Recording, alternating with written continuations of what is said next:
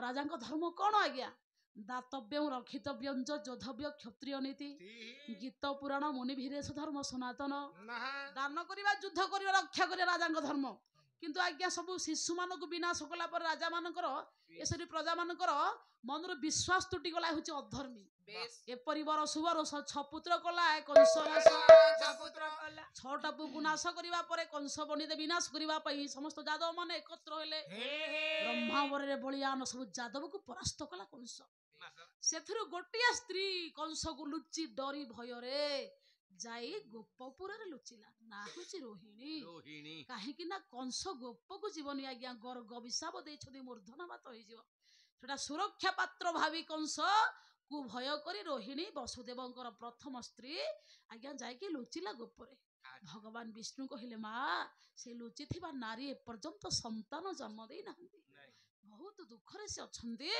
तुम तुम्हें देवकीर 7 मास गर्भ को देवकीर 7 मास गर्भ को तुम्हें रोहिणी गर्भर नहीं थोइब तापर कौन करिवो माँ कहला जन्मिब जशोदा उदरे पुणी जीवी मर्त्य तापर जशोदा माँ गर्भरे कन्या रूप में अंबिका नाम तुम्हें प्रकट हो तमें अंबिका नाम प्रकट होला जिते बेले 7 मास गर्भ को रोहिणी गर्भ नहीं थोइथिब रोहिणी गर्भरु जे प्रकट हे सी हे अनंत बलराम तमें जिते बेले जशोदा माँ गर्भरु प्रकट हम ना हम अंबिका तमें 2 जन प्रकट होला परे मु जाई मर्त्यपुर को जीवी देवकीर 8 मास गर्भरे मु प्रकट हेबी मोर पिता वसुदेव मस्तक मुंडाई मते गोपकट करे छाड़िबे गोपकट करे कन्या होई प्रकट होइथिबो मां तमे गोपकट करे कन्या होई मथुरा को आसीबो मु जीवी गोप को तमे आसी मथुरा को एति कि मते कृपा करे सहाय्य करे हे जगमाया हम भय मिसिले कंस निधन होई जीवो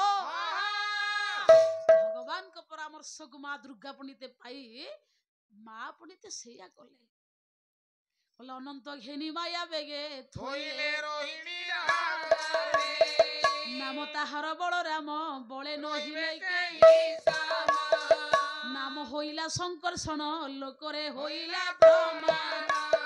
अनंत प्रकट हले श्रावण मास पूर्णिमा दिन स्वाति नक्षत्र तुला लग्न बुधवार दिन हे मोर पणिते ब्रह्मांड नायक अनंत रोहिणी गर्भरु प्रकट हेले माँ दुर्गा पणिते जन्म हेबा पाई माँ जशोदा गर्भरे रहिले स्तलीन होई स्थित होई लुचि रहिले दुर्गा जशोदा गर्भरे रहिले पणिते रोहिणी गर्भरु प्रकट हेले अनंत देवता माने कथबार्ता हेले सरी गला कार्य हम दुख चली गला माँ प्रकट हब भगवान प्रकट हो सारे अनंत एथर मलय पवन तमे जाओ भगवान को अभिनंदन जणाइबा पाई ए मलय मल देवराज इंद्र बोलता है मल मुंडरे पानी अरे मलय आसुन मलय पवन मल मल कौन मलय पवन आसिले वृक्ष मुकुलित हब पत्र गुड़िक पल्लवित हब गछ जो झड़ी जाइथिबो जो पत्र पल्लवित होई कि नुवा पत्र अंकुरितम करिवो सेटा परा मो पवन बसंत पवन तो पवन मलय पवन बाजिले पुह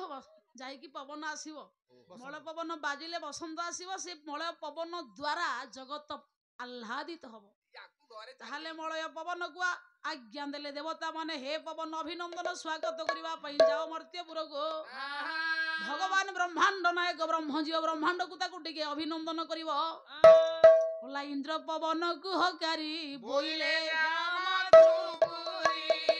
कंसर बंदी घरे जाई तू बहिबु मलय पुराई देवकी मूर्छित होई पड़िथिबे तांकु टिके संज्ञा को फेराइबा पई चेता को फेराइबा पई तू जाई कि बंदी घरे बहिबु माने सेतेले तांकर फैन नथला भगवान कर पंडित अभिनंदन स्वागत करिबा पई मलय पवन मर्त्यपुर को आसी विस्तार हेले भगवान आसीबा पई सब रास्ता परिष्कार होई गला देखंतु भगवान को दिन आसीले आज्ञा भागवत जगन्नाथ दास 10 मास कम आज्ञा हां लेखंतु बोला सुन हो गोविंदर जन्म बोला जेने छाड़िबो मति भ्रम भाद्रव मास कृष्ण पक्ष ये सकल ग्रहे छंती उच्च बोला अष्टमी निशी अर्ध भागे रोहिणी वृषर संजोगे ये वृषर आसिरे निशा कर नक्षत्र ग्रहे बलियार एही समय सुर राय हो आकाशे उत्सव कराए बोला आकाशे उदे निशा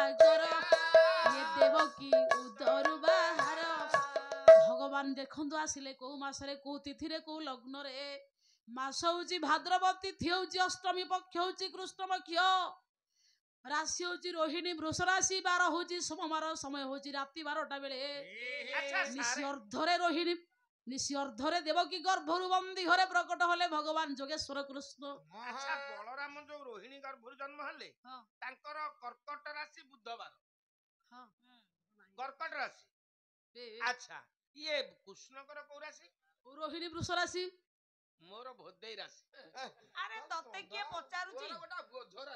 ତୋ ରାଶି ଜାଣିବା ଦରକାର କଣ ଯେ? ମୁଁ କହିଲି ମୋ ତୋ ରାଶି ଆମର ଜାଣିବା କଣ ଦରକାର? ମୋ ବୋଉ କହିଦେଇଥିଲା ତ, କହିଲା ଷ୍ଟେଜରେ କହିଲା। ହଉ ହଉ ପିଲାମାନେ, ଭଗବାନ ଆସିବେ ଆଜ୍ଞା, ବ୍ରହ୍ମାଣ୍ଡକୁ ଆସିବେ। ଚାରିଆଡ ଆନନ୍ଦମୟ ପୁଲକିତ ଉଦ୍ଭାସିତ ହେଇଗଲା। ବିପ୍ର କୃଣ ବେଦନା ଦନଳେ ଖେବନ୍ତି ସମିଧ, ଆନନ୍ଦ ହେଉଅଛି ମୋହି କୃଷ୍ଣ ଜନ୍ମି ଦେବକୀ ପୀଡ଼ ଉଦର ସ୍ୱାମୀ କି କହ ଭନାଥ ଚିନ୍ତ ନାରାୟଣ ସହୁ ଗର୍ଭ ଶୁଣି ବସୁଦେବ ଉଠିଲା ଦେବକୀ କଙ୍କାଳ ଆକାଶ ଉଦେ ନିଶାଗର ଦେବକୀ ଉଦର ଭଗବାନ ଯେତେବେଳେ ପ୍ରକଟ ହେଲେ ସେତେବେଳେ ଚତୁର୍ଦ୍ଧା ମୂର୍ତ୍ତିରେ ପ୍ରକଟ ହେଲେ। ଭଗବାନଙ୍କ ଜନ୍ମ ସର୍ବପ୍ରଥମେ ପ୍ରମାଣ ଦେଲେ ପଣ୍ଡିତ ଚନ୍ଦ୍ରମା। ନାଇଁ ଆଗରୁ ଗାଇଛ ତମେ, ଭୁଲ କରିଛ। କଣ ଭୁଲ ଗାଇଲି? କହିଲେ ପ୍ରଭୁ କହିଲେ ତାକୁ ଆଣିବ ମତେ ଥୋଇ, ହଁ। ଏକଥା ନ ଜାଣିବେ କେହି, ମାନେ କେହି ଜାଣିବେନି। ଜାଣିଥିଲେ କେହି କେହି 9 ଜଣ ପ୍ରମାଣ ଅଛି। 9 ଜଣ ଜାଣିଥିଲେ। ହଁ ଭଗବାନଙ୍କ ଜନ୍ମ। ମୁଁ କହୁଛି ନ ଜାଣିବେ କେହି। ତାହେଲେ ପଣ୍ଡିତ 9 ଜଣ ମଧ୍ୟରୁ ପ୍ରଥମ ପ୍ରମାଣ ଦେଲେ ଚନ୍ଦ୍ର। ଏକ ଭଗବାନ ଯେତେବେଳେ ଆସିଲେ ଚତୁର୍ଥା ମୂର୍ତ୍ତିରେ ପ୍ରକଟ ହେଲେ। ହେ ମୋର ପଣ୍ଡିତ, ଭଗବାନ ବାଲ୍ୟରୁ ଜନ୍ମରୁ ପ୍ରକଟ ହୋଇ ବୀରଦର୍ପରେ କାଳ ରୂପରେ କଂସକୁ ମାରିବା ପାଇଁ ଆସିଥିଲେ। ଆଚ୍ଛା ସାରେ, ହଁ ସ୍ୱର୍ଗରେ ତ ଇନ୍ଦ୍ର ଥିଲେ, ଚନ୍ଦ୍ର ଥିଲେ, ଇନ୍ଦ୍ର ଥିଲେ, ସୂର୍ଯ୍ୟ ଥିଲେ, ବରୁଣ ଥିଲେ, ସମସ୍ତ 33 କୋଟି ଦେବତା ଥିଲେ। ଆଚ୍ଛା ଚନ୍ଦ୍ର କାଇଁ ଆଗ ଦେଖିଲେ? ହଉ ହଉ, ଚନ୍ଦ୍ର ଭଗବାନଙ୍କୁ ଦେଖିନଥିଲେ ଆଜ୍ଞା। ତ୍ରେତୟା ଯୁଗରେ ମନସ୍ତାପରେ ଭଗବାନ ରାମଙ୍କ ପାଖରେ ଦୁଃଖ କଥା କହିଥିଲେ, ପ୍ରଭୁ ଜଗତ ଆପଣଙ୍କ ଜନ୍ମ ଦେଖି ଆନନ୍ଦ ଉପଲବ୍ଧ କଲା ବେଳେ ମୁଁ ଦିନ ବେଳେ ଆପଣ ଜନ୍ମ ହେଲେ ବୋଲି ମୁଁ ଦେଖି ପାରିଲିନି। ଆଚ୍ଛା ରାମ କେତେବେଳେ ଜନ୍ମ? ଚୈତ୍ର ଶୁକ୍ଳ ପକ୍ଷ ନବମୀ ତିଥି ପୁଷ୍ୟା ନକ୍ଷତ୍ର ପୁନର୍ବସୁ କର୍କଟ ରାଶିରେ ରାମ ଉଦୁଦିଆ ଦ୍ୱିପହର ରବିବାର ପଣ୍ଡିତ ଜନ୍ମ ହୋଇଥିଲେ। ଆଚ୍ଛା ଉଦୁଦିଆ ଦ୍ୱିପହରେ ଆମ ଜେଜେମା କହୁଥିଲା ଚନ୍ଦ୍ର କଣ ଆକାଶରେ ଥାନ୍ତି କି? ସମସ୍ତେ ଦେଖିଲେ କିନ୍ତୁ ପଣ୍ଡିତ ଆଜ୍ଞା ଚନ୍ଦ୍ର ଦେଖିଲେନି ବୋଲି ମନ ଦୁଃଖରେ ଭଗବାନ ରାମଙ୍କ ପାଖରେ ପ୍ରକାଶ କଲେ, ପ୍ରଭୁ ଆପଣଙ୍କ ଜନ୍ମ ସମସ୍ତେ ଦେଖି ଆନନ୍ଦ ଉପଲବ୍ଧ ହେଲା ବେଳେ ମୁଁ ହତଭାଗା ଆପଣଙ୍କ ରୂପ ଦେଖିଲିନି। ଭଗବାନ ରାମ କହିଲେ, ଚନ୍ଦ୍ର ମନ ଦୁଃଖ କରୁଛ? ଇଏ ସିନା ତ୍ରେତୟାରେ ମୋ ଜନ୍ମ ଦେଖିଲନି, ୟା ପରେ ଦ୍ୱାପର ଆସିବ। ତମେ କଥା ଦଉଛି ତମକୁ ମୁଁ ପ୍ରଥମେ ଦେଖାଦେବି, ଯେତେବେଳେ ପ୍ରକଟ ହେବି ଜନ୍ମ ହେବି ତମେ ମୋର ଜନ୍ମ ପ୍ରଥମେ ଦେଖିବ। ଏ ଜନ୍ମରେ ଅପେକ୍ଷା କର, ଏ ଜନ୍ମରେ ମୁଁ ବର୍ତ୍ତମାନ ପ୍ରକଟ ହେଇସାରିଛି, ମୋ ଜନ୍ମ ନ ଦେଖିଲେ ନାହିଁ। ତମର ଏଇ ମନସ୍କାମନା ପୂର୍ଣ୍ଣ ମୁଁ ଦ୍ୱାପର ଯୁଗରେ କରିବି। କଥା ଦଉଛି ସର୍ବପ୍ରଥମ ମୁଁ ତମକୁ ଦେଖାଦେବି। ନାଇଁ ଦିନ ଦ୍ୱିପହରେ ଯୋଉ ପିଲାଟା ଜନ୍ମ ହବ, ଆମ ଜେଜେମା କହୁଥିଲା ମୋରି ଭଳିଆ ବିଜା ହବ। ରାତିରେ ଯୋଉ ପିଲାଟା ଜନ୍ମ ହବ କୃଷ୍ଣଙ୍କ ଭଳିଆ ଚୋର ହବ। ଆଜ୍ଞା ରାମ ରାଗି ନୁହନ୍ତି କି କୃଷ୍ଣ ଆଜ୍ଞା ଚୋରି ନୁହନ୍ତି, ଚୋର ନୁହନ୍ତି। ଆଉ କଣ ମନ ଇଚ୍ଛା କଥା ଆମେ ତାଙ୍କ ଗାଁର ନ ହେଇ ପାରୁ, ଆମେ ପରା ଫଟୋରେ ଦେଖିଛୁ। ଫଟୋରେ ଦେଖିଛ, ପୁରାଣରେ ଶୁଣିଛ। ସେ ଯଦି ଭଲ କପିଲା ଚୋର ନୁହଁ, 16,000 ଗୋପୀ 16,000 ଗୋପୀ ଲୁଗାପଟା ଥୋଇକି ଖୋଲା ବଜାରରେ ଯମୁନାରେ ସ୍ନାନ କରୁଥିଲେ। ତୁ ପଣ୍ଡିତ ହେଇଯିବୁ ରେ। ଭଗବାନ ତାଙ୍କ ବସ୍ତ୍ରକୁ ଚୋରି କରୁଥିଲେ ତାଙ୍କ ଯୌବନ ଦେଖିବାକୁ। ଯାଉନୁ କେତେ କାକୁତି ବିନତି ହେଇକି ଡାକିଲେ, କହିଲେ ଆମ ଅମ୍ବର ମାନ ଦେଇଦିଅ। ଶୁଣେ, ଭଗବାନ ପଣ୍ଡିତ ଅଶିକ୍ଷାକୁ ସୁଶିକ୍ଷାରେ ପରିଣତ କରିବା ପାଇଁ ତାଙ୍କ ବସ୍ତ୍ରକୁ ଚୋରି କରିଥିଲେ। ଯଦି ଭଲ କପିଲା ଲୁଗାପଟା ଦେଇ ଦେଇଥାନ୍ତେ। ଆଜ୍ଞା ସେ ଯମୁନା ଜଳରେ ସିନା ଜୋକ ନଥିଲେ ବୋଲି। ଦ୍ରୌପଦୀ ପଣ୍ଡିତ ମଣ୍ଡଳୀ କୋଟି ବସ୍ତ୍ର ପ୍ରଦାନ କରି ଦ୍ରୌପଦୀ ଲଜ୍ଜାକୁ ନିବାରଣ କରିଥିଲେ। ଆଜ୍ଞା ଦ୍ରୌପଦୀ କି ଯେତେବେଳେ ଭଗବାନ କୋଟି ବସ୍ତ୍ର ପ୍ରଦାନ କଲେ ସେତେବେଳେ ଯୁବକ ଅବସ୍ଥା ଥିଲା। ଆଉ ଯେତେବେଳେ ପଣ୍ଡିତ ମଣ୍ଡଳୀ ଆଜ୍ଞା ଗୋପୀ ମାନଙ୍କର ବସ୍ତ୍ରକୁ ଚୋରି କଲେ ସେତେବେଳେ ଭଗବାନଙ୍କର ବାଳୁତ ଅବସ୍ଥା ଥିଲା। କେତେ ବର୍ଷ? ଭଗବାନଙ୍କ ବୟସ ଥିଲା ପଣ୍ଡିତ 5 ବର୍ଷ। ଗୋପୀ ଯେତେବେଳେ ଗୋପୀଙ୍କ ବସ୍ତ୍ର ଚୋରି କଲେ 5 ବର୍ଷ ହେଇଥିଲା। ଆଉ ଯେତେବେଳେ ଦ୍ରୌପଦୀ କୋଟି ବସ୍ତ୍ର ପ୍ରଦାନ କଲେ ସେତେବେଳେ ବୟସ ଥିଲା 18 ବର୍ଷ। ଆଜ୍ଞା 5 ବର୍ଷର ଗୋଟେ ବାଳକ, ଗୋଟେ ନାରୀର ଶୋଭା ସୌନ୍ଦର୍ଯ୍ୟ ଯୌନଙ୍କୁ ଦେଖିବା ପାଇଁ ଆସକ୍ତି କେବେ ହବ? ଏବେ ଓଳିଆରୁ ପଇଲେ ଏବେ ଗଜା ଏତେବେଳେ ପିଲା ଜାଣିପାରୁନଥିଲେ। ସେତେବେଳେ ଜାଣୁନଥିଲେ। ପୁଅ ଦେଖେ ତଥାପି ଭଗବାନ ଅଶିକ୍ଷାକୁ ସୁଶିକ୍ଷା ପରିଣତ କରୁଥିଲା। କଣ ଅଶିକ୍ଷା? ଏବେ ଫଟୋ ଉଠେଇଦେବେ। ହେ ମୋର ପଣ୍ଡିତ ମଣ୍ଡଳୀ, ଏବେ କଣ ଦେଖନ୍ତୁ ଆଜ୍ଞା ବାବା, ଧର୍ମ ଜଗତରେ ସତ୍ୟ। ଜଳ ଦେବତା ହେଲେ ବରୁଣ।